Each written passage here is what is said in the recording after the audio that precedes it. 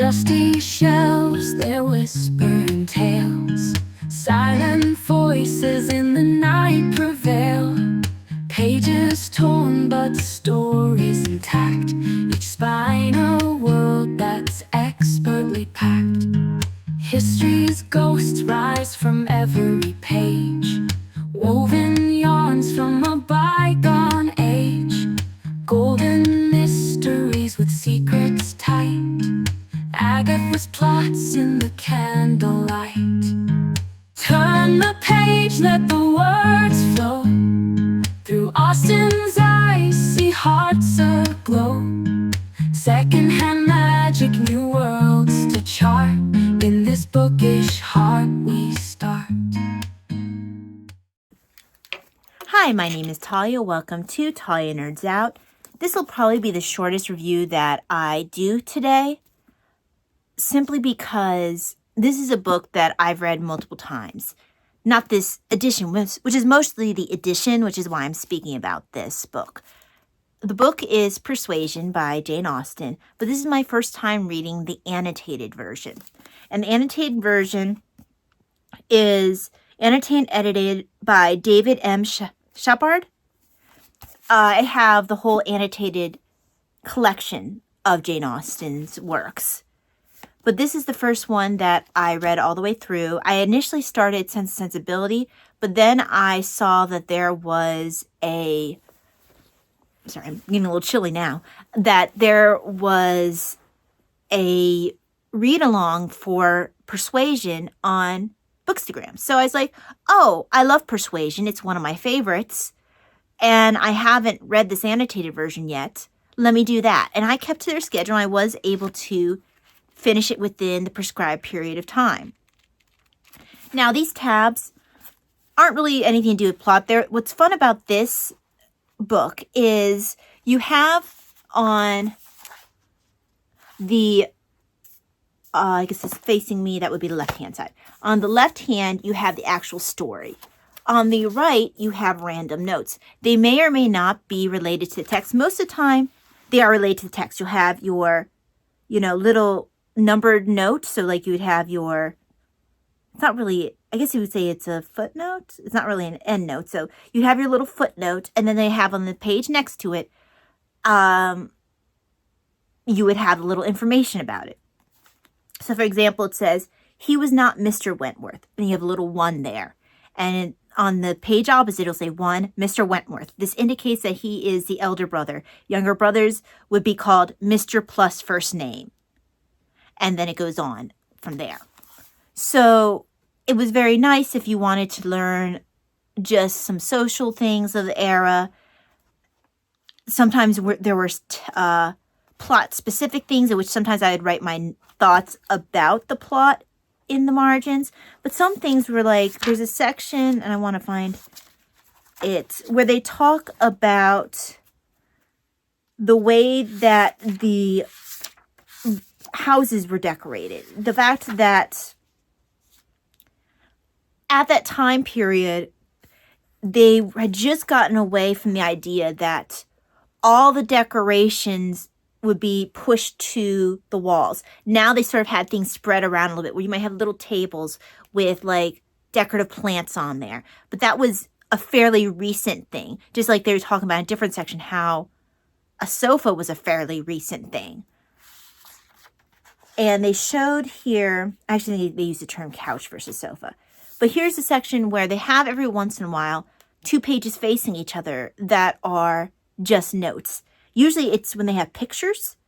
And so they have an example of talking about that period of time we're talking about decorations, a contemporary flower stand, and then a small table that was the style of the time. Then they show on this side a wagon and Queen Square in Bath. So this is just chock full of notes for anyone who is interested in what created if you kind of get the ambiance of the time period. Okay, well, these are the extra things that you wouldn't have known because you didn't live back then. The things that Austen's readers would have just known. So this wouldn't be necessarily a book that I would read as the annotated form all the time, but it could be one that I return to if I am like, oh, wait, I remember reading about that, but what was that thing that gave me that bit of social insight? Also, they have in the back, besides maps, they also have this really fun, I don't know if they do this in all of the books, it particularly works for Persuasion, where they have a chronology of events. So they give you in volume 1 some of the chronology, and they're actually able to start pretty far back, because when you start off Persuasion, you start off with Sir Walter looking at his book of baronets, where he's able to see everyone with a baronet title and how long they've had a baronetcy and the different years each member of the family was born. So you have the birth date of Sir Walter Elliot, and so that's the first date that they give. And then they go from there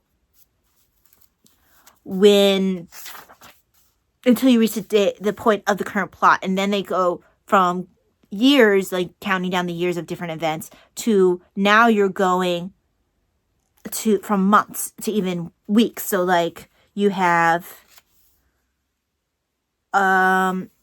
here we go, early October.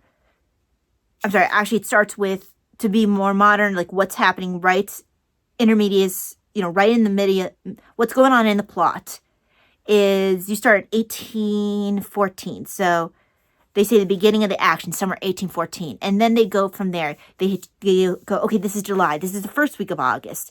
This is the beginning of September. And throughout, even at some points going, next day, the day after, mid to late October. Like, sometimes they give you exact dates. But they go through and they really give you a very good idea of what time of year you're at in the plot, in this chronology. Now, will this be something that's in all the books? I don't think so. Persuasion is a book that's particularly focused on time and when things are taking place. So it tends to be actually fairly important to the plot when things are happening. More than any Austen books, Persuasion is a book that deals with time. Not only time as it occurs at that point in the plot, as you're with the characters, but time as in things that happened in the past and then how they affect the current time of the character. The regrets of time gone past and not letting the mistakes of the past be the mistakes of the future, or not letting the events in the past cause you to make mistakes in the future. It talks about a lot about time insofar as she had been in her bloom at this point, but that time is gone, and she is now, because at that point this was the case for 27 if you were a woman, she was in the autumn of life. So the focus on season and the focus on time is much stronger in this book. I think partially because you're dealing with older main characters as your central characters, versus when if you want to take Pride and Prejudice, for example. Lizzie is very much, I don't think Lizzie's even 21 yet, or she's barely so.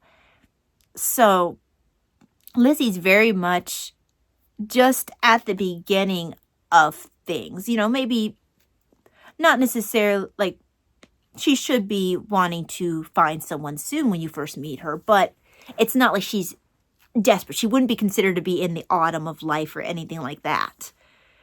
But so time doesn't have the same focus in something like a Pride and Prejudice, or really of any of the Austen novels. But for Persuasion, it's a very contemplative novel. It's one that looks at the what ifs and the what could have beens and if onlys, and then wonders if there is a chance to almost turn back time and maybe undo the decisions of the past, and to a certain extent, by making a different decision in the present. So it makes sense to me that a chronology would be present to such detail in Persuasion, because time is a theme that runs through Persuasion. Time, like, of even just sometimes even being pushed to, feeling pushed to be made to make decisions, or it's just, there's just a general theme. And if you have not noticed this before in Persuasion, I do recommend go back and look for it in the text.